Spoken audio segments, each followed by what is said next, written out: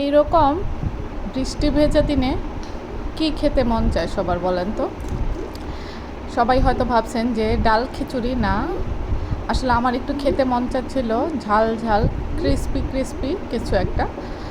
তো কয়েকদিন যাবৎ বৃষ্টি দেখে এটা আমি আসলে এভাবে আতপ চাল আর মুগ ডাল, মসুরির ডাল আর ভাতের চাল মিক্স করা পানিতে ভিজায় রাখলাম কিছুক্ষণের জন্য। এটা আসলে আমি গতকাল কি করে রেখেছি, কারণ আবহাওয়া দেখি আমি আজ করতে পেরেছি কয়েকদিন যাবৎ আবহাওয়া এরকমই থাকবে।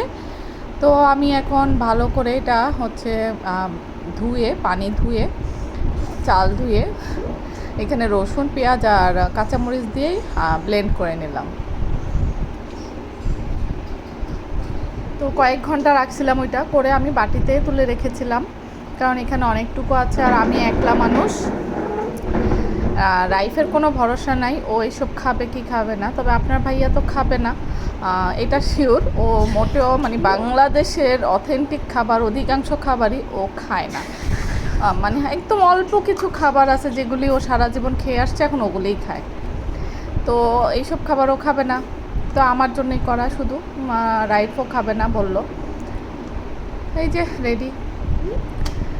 তো তারপর একটু দুধ ছিল বাসায়, দুধটা নষ্ট হয়ে যাবে, তাই ভাবলাম একটু সেমাই রান্না করে রেখে দিই। ঈদের দিনে সেমাই অর্ধেকটা ছিল। আমার বাসায় মিষ্টি জাতীয় জিনিস খুব কম রান্না হয়, এই কারণে নষ্ট হয় খুব বেশি। সেমাই, সুজি এই জাতীয় খাবার আমার বাসায় প্রচুর নষ্ট হয়। তো আমি হচ্ছে এখানে একটু রান্না করে রেখে দেবো ভাবলাম। রান্না করে রাখলে একটু রাবসা খাবে, ওর বাবা খাবে।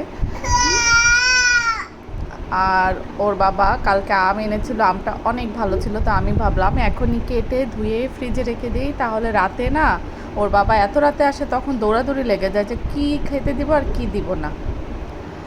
তো শ্যামাইও রেডি। শ্যামাই একটু রাবসার জন্য আমি নিলাম, ওকে এখন একটু খাইয়ে দিব, আর বাকিটা আমি ফ্রিজে তুলে রেখেছি।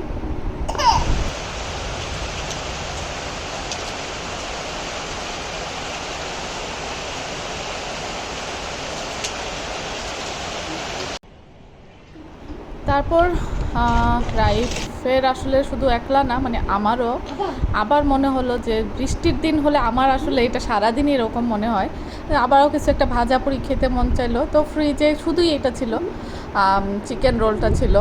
আমার অন্য সময় কিন্তু চিকেন মিটবল করে রাখি, কিন্তু অনেক দিন ধরে আমার করা হচ্ছে না।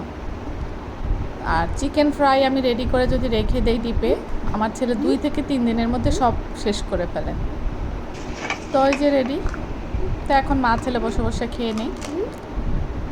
আর রাতের জন্য এখানে কলিজা বোনা করেছি, এটা আমার জন্য আর রাইফের জন্য। আপনার ভাইয়ার জন্য করেছি ডিম বোনা, কারণ ওর তো এমনিতেই মাংস খাওয়া নিষেধ, তার উপর কতদিন অনেক খাওয়া হয়েছে মাংস। তো ভাবলাম যে ওকে ডিম দিব। আর মাছ করতে গেলে তো অনেক প্রবলেম, অনেক রকম মাছ আপনার ভাই খায় না, তো কি আর করার। তো এই ছিল আমার আজকে ছোট্ট ভিডিও। আশা করি ভিডিওটা ভালো লাগছে, আর যদি ভালো লেগে থাকে একটা লাইক কিন্তু অবশ্যই করবেন। তো আজকের মতো আমি এখানেই বিদায় নিচ্ছি। সবাই ভালো থাকুন, সুস্থ থাকুন, আল্লাহ হাফিজ।